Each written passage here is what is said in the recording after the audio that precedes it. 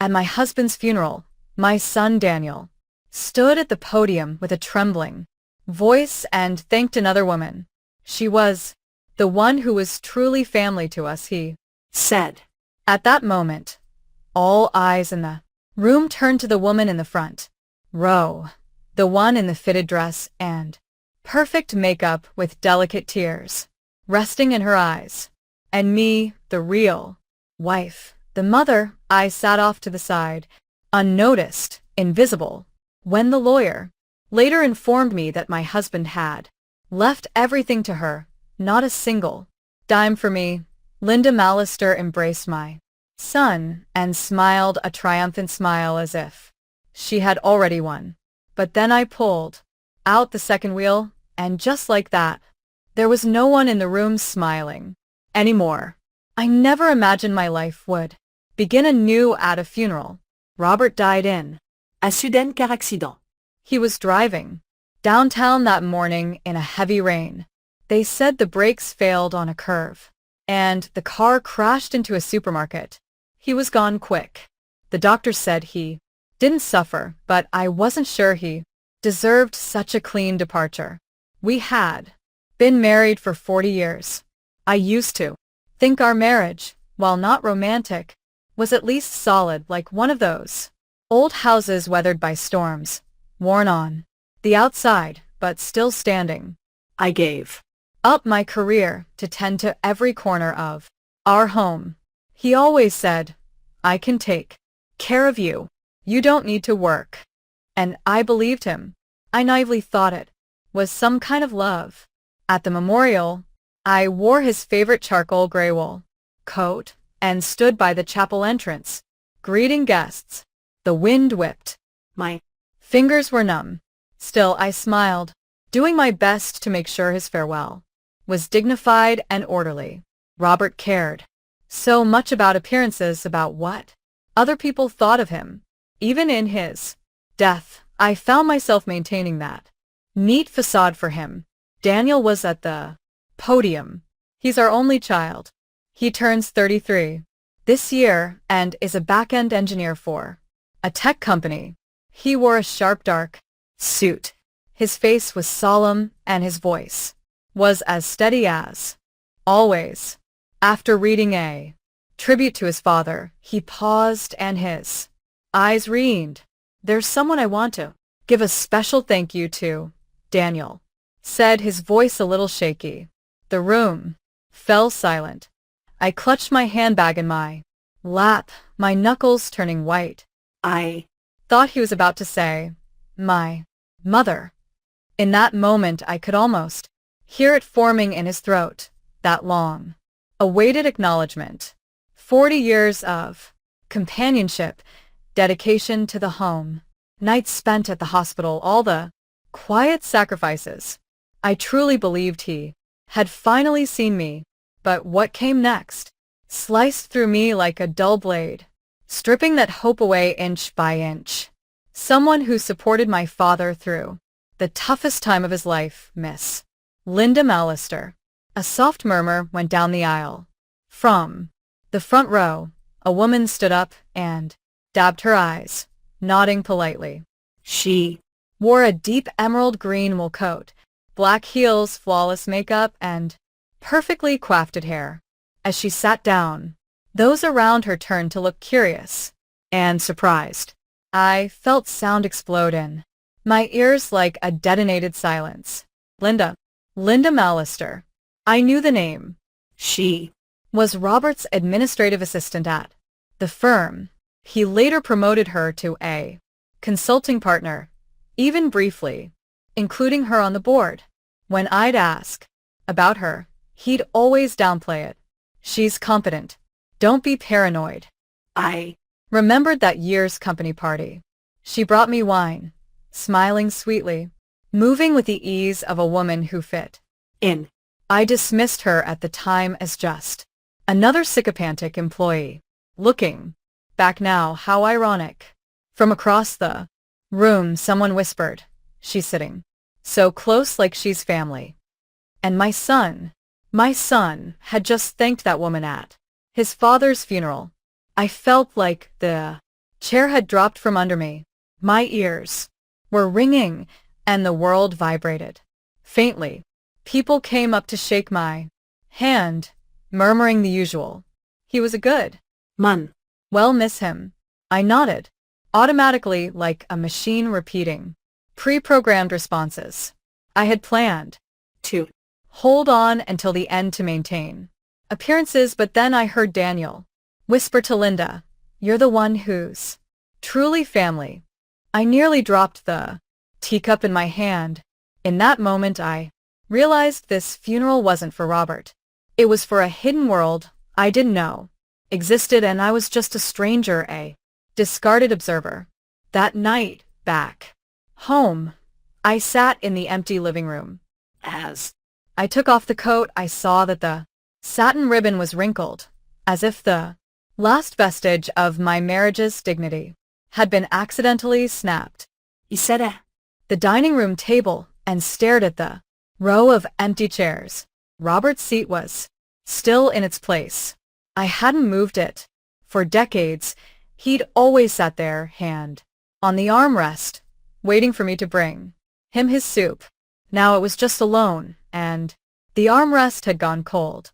There were still bottles of his favorite beer in the fridge. I never liked the brand. it. Was too bitter, but he'd buy a six-pack every week just for him. Turns out habit is the cruelest prison. I didn't sleep that night. I pulled out some old photo albums. In the photos, we were still Young. there was light in his eyes. I. Smiled easily back then. I even found an old employee ID from when I was a financial consultant at his firm. Short. Hair, self-assured, always seated. Second from the right at every board meeting. Then he told me, "You should Quit. I'll take care of everything." And. I foolishly listened. I closed the album and poured myself a glass of water. The. Kitchen clock ticked. I realized all the pride, all the patience I had once poured into keeping our marriage intact had been buried the moment he died. What? I didn't know, however, was that beneath all this was a deeper betrayal. The next morning, every word I heard in the lawyer's office felt like a line from a life script I was never invited to read. The air smelled faintly of ink and old wood cabinets. A faded print of the Constitution hung crooked on the wall, and sunlight filtered through the blinds, slicing the floor into narrow strips of light. It was the law firm Robert had designated before his death. The lead lawyer was a man in his 50s, with a slow, heavy voice. Every syllable was drawn out as if to underscore something unsaid. Pursuant to the will, signed by Mr. Robert Des Smith 3 years ago, he began with mechanical calm. The. Majority of his assets, including the main residence in Somerville, the vacation property in Nantucket, and the remaining balance of his personal accounts, shall be inherited by Mrs. Linda Mallister. I wasn't just stunned. I felt like I'd been pushed off the main stage of my own life, left standing behind the curtain, in a dead spotlight, unsure if I had ever truly played the part. One thought was, Meaning. I turned to look at Daniel. He sat. Ramrod straight, his gaze fixed forward, as if he were listening to a quarterly financial report. His fingers were perfectly interlocked. Not a hint of surprise, not a shift in his expression, as if he had known all along. When the reading was over, I stood up and walked over to him. "You knew," I said in a low, trembling voice. "Didn't you?" He. Looked at me with a strangely serene. Tone. Dad had his reasons. His. Reasons? I whispered. The words choked in my throat. What did 40 years of marriage mean to him? Daniel was silent for a moment, then said, "He worked hard his whole life. Linda was there for him. She understood him." He lowered his voice almost apologetically. You. Didn't. In that moment I saw it. Clearly. Not only had I lost my husband, I was losing my son. He wasn't offending. His father's memory.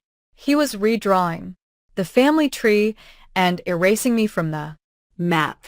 When I got home, I stood in the driveway for what felt like an eternity, the weight of my handbag numbing my arm. I went into the bedroom and opened Robert's closet. His shirts, ties, and wool vests were still perfectly arranged, with that familiar scent of refined Decrum. But what lies were woven into those fibers? When did he decide I was no longer family? Was it the year I forgot to buy his favorite wine for our anniversary? Or before that when I quit my job as his financial consultant and just became a housewife? I started searching through the drawers for proof. I wasn't crazy. Old ledgers, photos, receipts, old business cards. In the kitchen drawer, I found a folder of letters Robert had kept. One was from the Nantucket Property Management Company. The date was 6 years ago. The recipient, Linda. My hands were shaking. I had been to that house by the sea countless times, not realizing I was just a guest. That afternoon, I walked across the street to visit Giselle, our longtime neighbor. She was a widow in her late 70s with a sharp memory and a garden brimming with roses. When I mentioned Linda's name, her face stiffened. Linda, wasn't she the one Robert would take to those symphonies? She asked, raising an eyebrow. You didn't go with them? I forced a smile. My mouth was dry. I never really liked social events much. Jell shifted in her seat. Oh, I always thought they were an item. She's been on this street several times. 1 year, she helped Robert put up the Christmas lights. I froze. That Christmas, I was stuck upstairs with a swollen knee. Robert had told me a neighborhood boy had helped him. Do you remember when they started getting close? I asked. Giselle stirred her tea, thinking at least 10, maybe 15 years ago. I remember seeing her around here when you were away taking care of your sister. I thought she was some cousin or something. 15 years. I sat in Giselle's sunroom feeling like a stranger who had walked into the wrong house. All these years I had managed our retirement budget down to the last penny. I had chosen his bathrobes, scheduled his physicals, and even dipped into my parents' last savings to rescue his company during a cash crisis. And he had been building golden bricks for another woman's future out of my sight, out of my reach.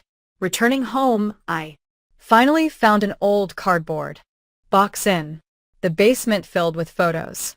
There was Robert standing next to Linda at a company event. His hand rested gently on her arm, smiling a radiant smile like never before. He looked relaxed, younger, happier than he ever looked. Beside me, and in one photo, there was Daniel, barely 18 or 19, standing with them. His smile was nervous but not reluctant. One corner of the photo was marked out. I rubbed it gently with an eraser and uncovered a line written in pen. Our little family will be official one day. I could almost hear something break in my chest. It wasn't a heart. It wasn't glass. It was something deeper, something called trust. And it would never be whole again. That night I lit a single candle in the kitchen. And for the first time in this house without Robert, I put on music, a slow, soft, unhurried jazz record. I started to wonder, maybe I'd lived my whole life to his rhythm and never danced to my own. But not anymore. From now on, the music, the beat, the dance steps, it's all mine to choose. I thought the worst was over. The will, the truth about the properties. Linda, taking her place at the center of it all, brazenly labeled as family. That was enough humiliation for a lifetime. But I hadn't realized that what would truly break my heart was Daniel. He is my only child. I had believed that however unrecognizable the rest of the world became, he would still be mine.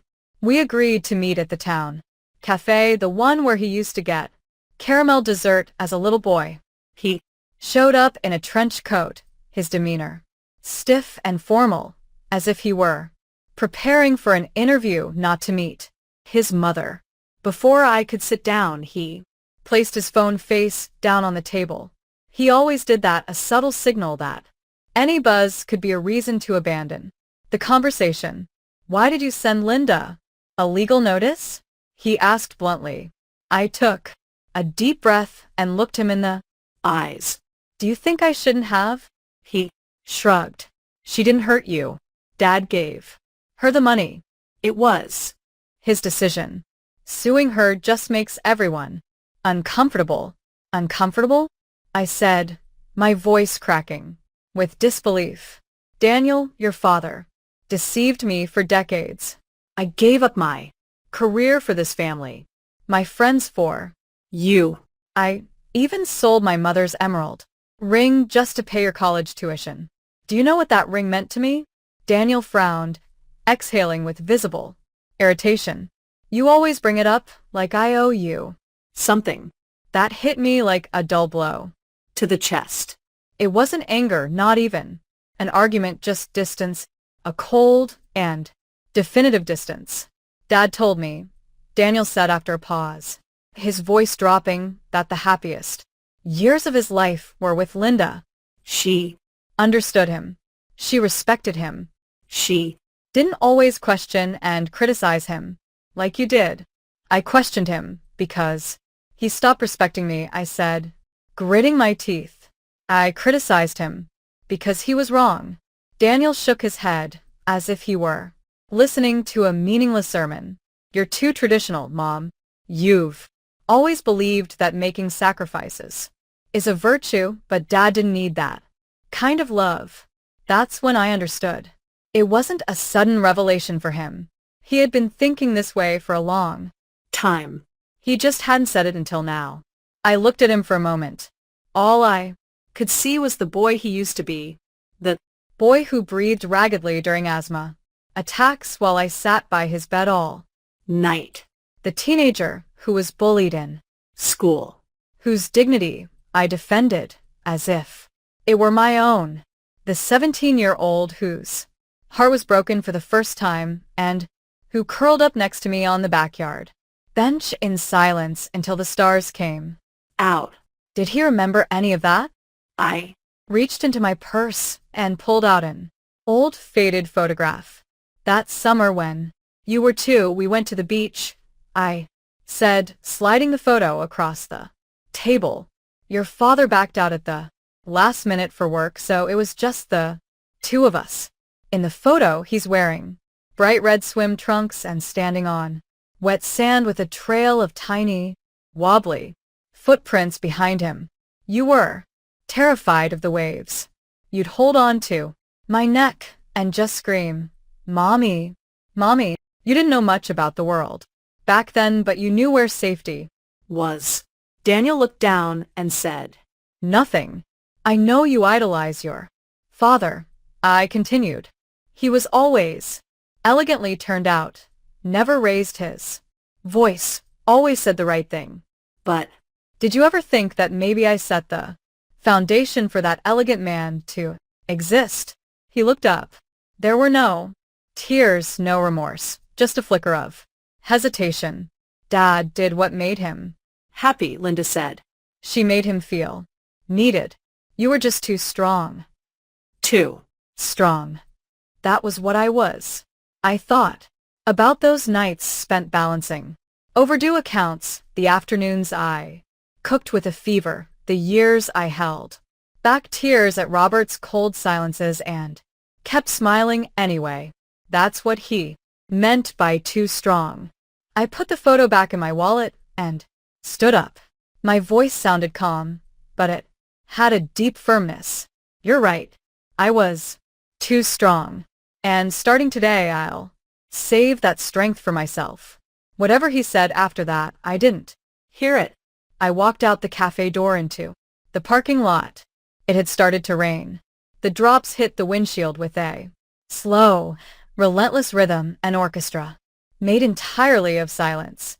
I slid into the driver's seat and wrapped my hands around the steering wheel, pausing for a long moment. I didn't cry. I didn't fall apart. I just sat there realizing that what I had lost wasn't just a husband. I Had lost my marriage, my family, even my son. But in that same breath, I understood something else. I could no longer wait for someone else to tell me who I was. It was time to live for myself. At first, I thought Linda was just a late life accident in Robert's story, a calculated opportunist, a woman who slipped in through the cracks. But now I see things clearly. She was never an Accident. She had planned everything. On A rainy afternoon, I sat at the kitchen table with a mug of cold coffee in my hands, looking at her public Facebook profile. Her profile picture showed her on the beach, smiling softly, the background edited with a tasteful blur, as if she didn't want anyone to see what was truly behind her. Her bio said, consultant in the architecture sector, lover of classical music and community service, grateful for life's tender company. I clicked on her photo albums. The first image, Robert was seated in a wicker chair holding a slice of lemon pie she had apparently made for him. the Text said, his smile is my favorite reward. The date stamp said it was 6 years ago, the same year I was bedridden with arthritis. Robert had told me then that work was overwhelming and he would be traveling a lot. I believed him. I Thought he was simply evading the burden of caring for someone. But now I knew he wasn't escaping me. He was living somewhere else without me. I scrolled down and found more images, both familiar and strange at once. There was Robert standing in Linda's living room, in the wool jacket I had given him. There he was helping her plant flowers and arrange bonsai in her garden. and Then a video came up. Robert was toasting her with a Christmas song, playing softly in the background. Daniel was there. I froze. My hand hovered over the touchpad. Daniel, who was still in college at the time, had slightly longer hair and a shy, boyish face. Linda had her arm around his shoulder and said, laughing, your dad should be proud of you. That's when I understood. Linda was never just Robert's secret. she had Been positioning herself for years as part of our family, and I was the woman she planned to displace. I called Ruth. Ruth Lanier had been a close colleague during my years at Robert's firm, one of the few women I had kept in touch with after I left the job. She was semi-retired now, helping her daughter raise a grandchild and taking on the occasional freelance financial case. she Answered on the second ring with the same energy she always had Maggie, my goodness, I heard about Robert. Eva Been meaning to call you. Thank you, I said. I didn't stall. Ruth, I need you to help me find something. She didn't hesitate. Tell me what you suspect. I paused. My voice sounded calm, but it was firm. I believe Robert used company funds for at least the last decade to buy properties for Linda, and there might be other unaccounted for transfers. Ruth went quiet. You're not just fixing a marriage, Maggie. You're looking to expose fraud. I want the truth, I said. I've spent too long in the dark. We Agreed to meet at her house in 2 days. In the meantime, I became a woman on a mission. I went to the local library and looked up Linda's property records in Summerball. One house, a single family, villa under her name. Purchase date, 5 years ago, right at the tail end of the company's employee housing benefits project, the same one Robert was overseeing. I had visited there during that project. I remember joking at the time, on the next trip you take me to. He dodged the suggestion. You wouldn't like it there. Now I knew the room was not reserved for clients. It Was for her. 2 days later I drove to Ruth's house. Her home was in a quiet suburb, a pale gray bungalow with a row of withering chrysanthemums out front. She greeted me with a glass of lemon tea and opened her laptop. I checked some archived payment records, she said, scrolling through 3 entries, labeled outside consulting support. But The beneficiary company is a shell. no. Physical office is listed. She zoomed in. On one line, $50,000 paid the same month. You were home recovering from surgery. My stomach twisted. Ruth looked at me with concern from behind her glasses. Are you sure you want to go through with this?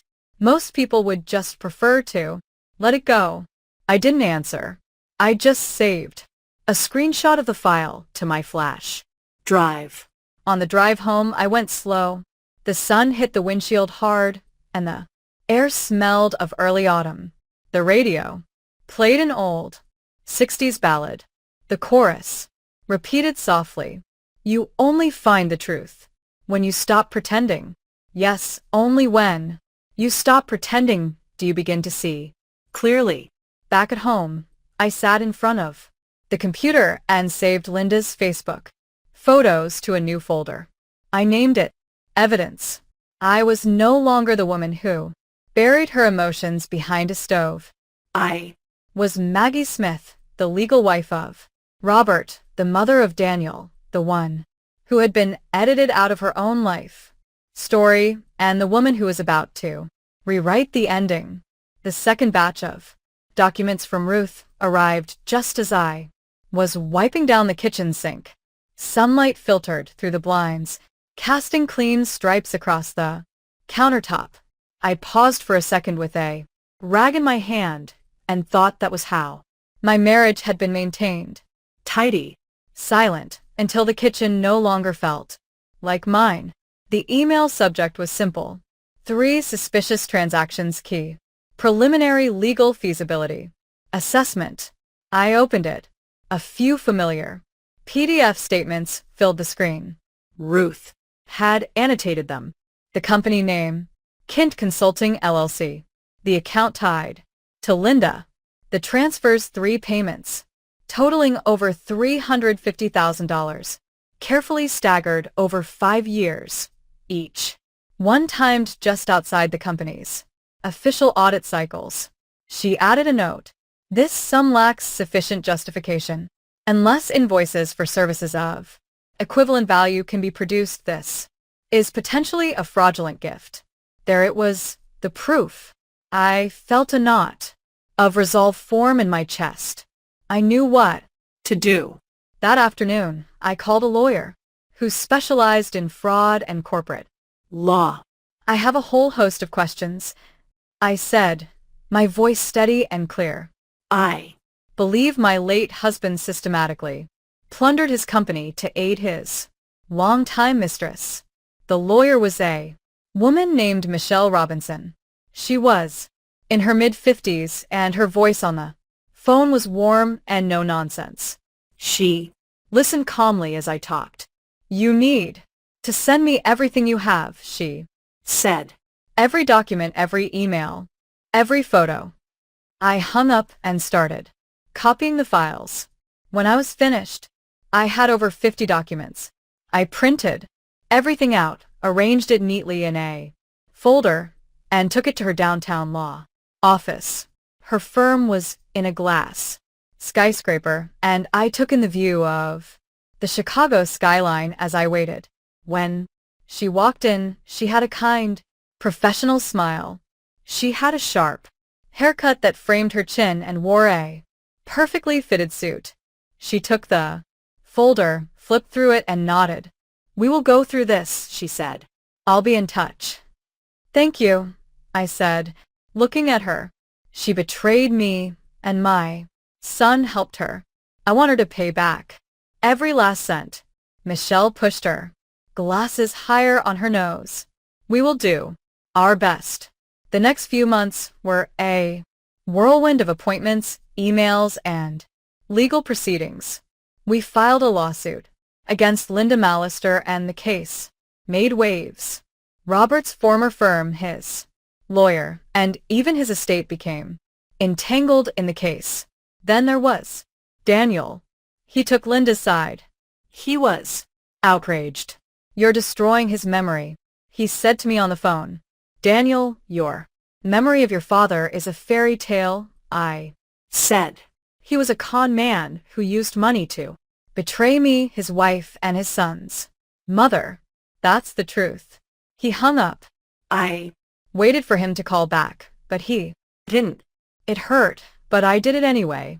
I had to. The case went to court. Linda and her lawyer tried to paint it as a misunderstanding. They claimed the funds were legitimate payments for consulting services.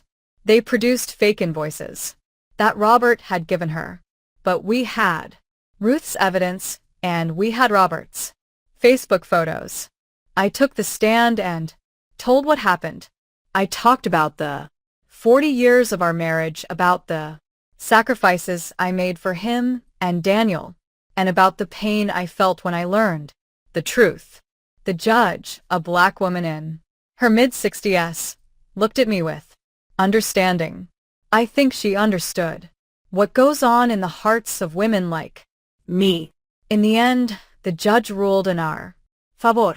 She ordered Linda to pay back everything Robert had given her, including interest. The total sum was over $1 million. Linda had to sell the properties she had bought with the stolen money. She was broke. She lost her job and her reputation. I never saw her again. As for Daniel, he didn't speak to me for years. Then when my father died, he called me. We met at the funeral and embraced. We began seeing each other again. I told him the whole story, and he started to understand. It took years, but we mended our relationship. He apologized to me. He said he was only defending an illusion. The whole time, I hugged him and told him that I had believed in him the whole time. And in that moment there were tears in many eyes. Daniel walked over and hugged me softly. Mom, he said, smiling, when did you get so good at giving speeches? I smiled back. I always was. You just weren't listening. We both laughed. Everyone laughed. Before the party was over, I took a short walk in the garden. I stopped in front of the crabapple tree I had planted 20 years ago. Last year this thing almost died, I said. I almost cut it down, but this spring it bloomed earlier than ever, and it's still blooming. The women chuckled. I added, even she knew what is still alive should not be given up on. That night, when everyone had left, I folded up the chairs and put them away. In the shed, the porch windshield tinkled softly in the breeze. I turned to watch the sunset. It rested above the old maple tree at the end of the street, as if to say, who are you really?